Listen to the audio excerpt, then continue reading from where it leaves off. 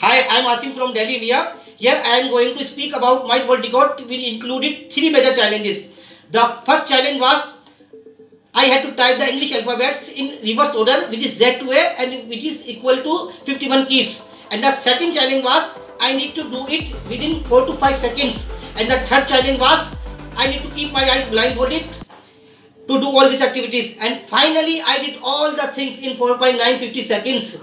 It was pleasure for me to get a world record from International Book of Records. Thank you so much.